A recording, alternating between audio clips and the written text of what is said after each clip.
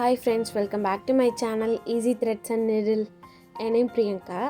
இந்த வீடியோவில் இந்த குர்த்திக்கு ஒரு ஸ்கேலப் டிசைனில் நம்ம ஒரு ஸ்லீவ் ஒன்று டிசைன் பண்ணலாம். அதை தான் உங்களுக்கு காட்ட போகிறேன்.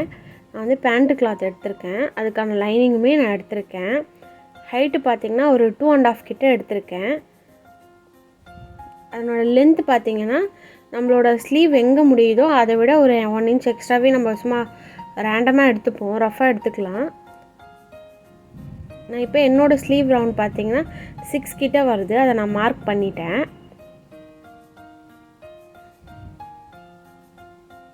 மார்க் பண்ணிவிட்டு இப்போ நான் வந்து ஒரு 1.5 இன்ச்சுக்கு நான் மார்க் பண்ணி ஒரு லைன் ட்ரா பண்ணிக்கிறேன். நம்ம வந்து இது அக்யூரேட்டாக எடுக்க வேண்டாம், கொஞ்சம் நம்ம எக்ஸ்ட்ரா விட்டுட்டு பேலன்ஸ் உள்ளதை நம்ம கட் பண்ணி எடுத்துக்கலாம். அதுக்கு கீழே வந்து ஒரு 1/2 இன்ச்சுக்கும் நான் மார்க் பண்ணிக்கிறேன். மார்க் பண்ணிவிட்டு இப்போ பார்த்தீங்கன்னா 1.5 இன்ச்சில் நான் பார்த்தீங்கன்னா தெரிஞ்சிருக்கும், 1.5 இன்ச்சில் நான் மார்க் பண்ணி எடுத்துக்கிறேன். இப்போ இந்த 1.5 இன்ச்சுக்குள்ளே நம்ம ஸ்கேலப்பை ட்ரா பண்ண போகிறோம். பாருங்கள், லைட்டாக அப்படியே டச் பண்ணால் போதும். ரொம்ப உங்களுக்கு ஷேப்லாம் பண்ண வேண்டாம், உங்களுக்கே பண்ண ஒரு ஐடியா கிடைக்கும். இப்போ நான் ஒரு பக்கம் முடிச்சிட்டேன், அதை அப்படியே இன்னொரு பக்கம் நான் ட்ரேஸ் எடுத்துக்கிறேன்.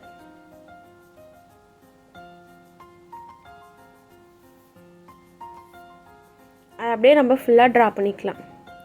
இந்த மெட்டீரியலோட பேண்ட் கிளாத் தான் இது. ஷால் பார்த்திங்கன்னா உங்களுக்கு ஆஃப் ஒயிட்டில் வருது. நான் இப்போ வந்து இன்னொரு ஸ்லீவுக்கான ட்ரெஸ்ஸையும் நான் சேர்த்து எடுத்துக்கிறேன்.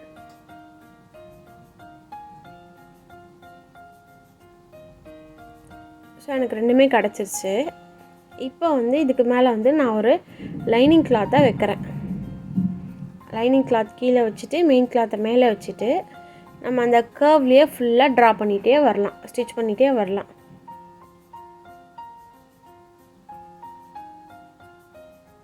உங்களுக்கு பார்த்திங்கன்னா ஒரு ஐடியா கிடைக்கும்.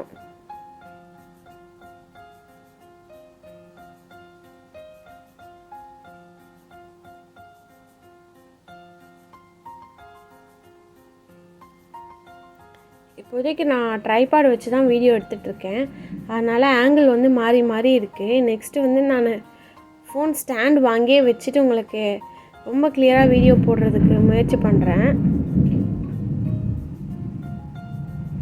இந்த வீடியோ உங்களுக்கு யூஸ்ஃபுல்லாக இருந்தால் ஒரு லைக் பண்ணுங்கள், கமெண்ட் பண்ணிங்கன்னா எனக்கும் கொஞ்சம் ஒரு இதுவாக இருக்கும், எனக்கும் ஒரு மோட்டிவேஷ்னலாக இருக்கும்.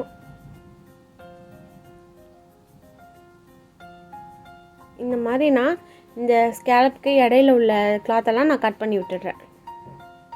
பாருங்கள், நம்ம அந்த த்ரெட்டு வரைக்கும் நம்ம கட் பண்ணி எடுக்கணும்.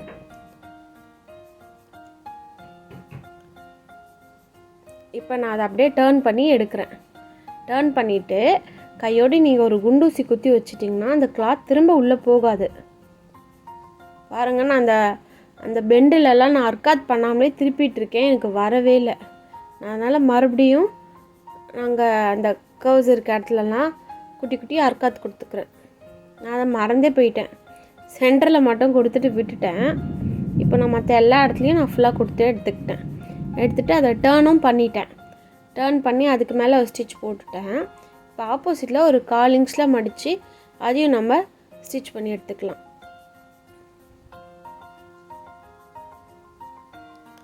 நீங்கள் பார்த்துருப்பீங்க, இப்போ வந்து இதுதான் ரொம்ப அதிகமாக ட்ரெண்டாக இருக்குது. உங்களுக்கு ப்ளவுஸு ஸ்லீவ்லலாம் இந்த மாதிரி தான் பண்ணுறாங்க. சும்மா நம்மளோட குர்த்திலையும் ட்ரை பண்ணலாமே தான் இது பண்ணிகிட்ருக்கேன். உங்களுக்கும் இது மூலியமாக ஏதாவது ஒரு ஐடியா கிடச்சிருக்கும். அவ்வளோதான், 1/4 இன்ச்சில் மடித்து தைச்சிட்டேன். இப்போ நம்ம ஸ்லீவ் எப்போவுமே போல் உள்ளே மடித்து தைப்போல் அதே போல் நான் மடித்து தைச்சிடலாம். நான் ஸ்லீவுக்கு லைனிங் எதுவுமே கொடுக்கல, அப்படியே தான் தைக்கிறேன். என்னோடய குர்த்தி தான் இது.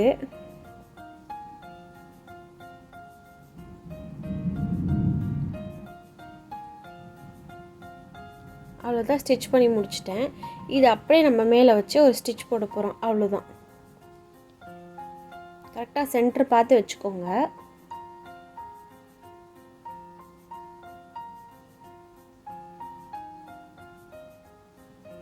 அதுதான் சென்டர் பார்த்து வச்சுட்டு பின் குத்திட்டு ஃபுல்லாக நம்ம போத் சைடு நம்ம ஸ்டிச் பண்ணி எடுத்துக்கலாம்.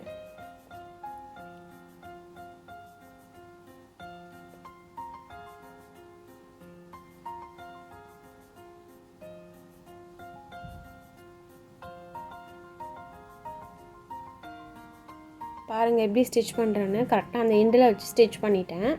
இப்போ நம்ம ஆப்போசிட் சைட்லேயும் ஸ்டிச் பண்ணி எடுத்துக்கலாம்.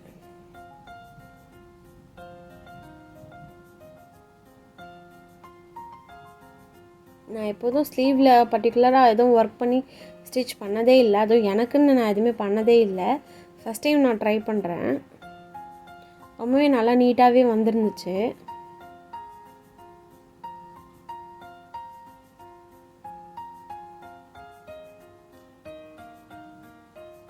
அவ்வளோதான், நம்ம ஸ்டிச் பண்ணி முடிச்சிட்டோன்னே இந்த மாதிரி தான் இருக்குது.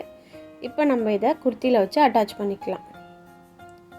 இந்த குர்த்தியோட ஃப்ரண்ட் நெக் எப்படின்னு டிசைன் பண்ணான்னு சொல்லிவிட்டு இதுக்கு முன்னாடி இருக்க வீடியோவில் போட்டிருப்பேன், பாருங்கள். யாருன்னா தேவைப்பட்டால் யூஸ் பண்ணிக்கோங்க. இதுலேருந்து உங்களுக்கு இப்படியே பண்ணணும்னு எந்த அவசியமும் இல்லை. உங்களுக்கு ஏற்ற மாதிரி இதை ஆல்ட்ரு பண்ணிக்கோங்க.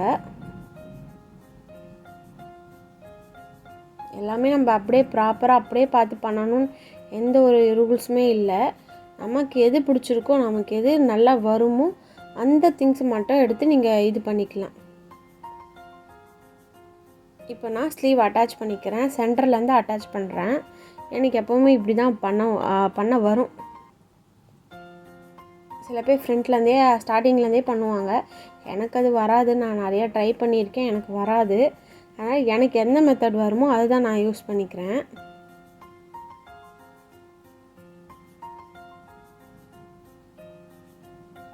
இப்போ நான் ஆப்போசிட்லேயும் ஸ்லீவ் அட்டாச் பண்ணிக்கிறேன்.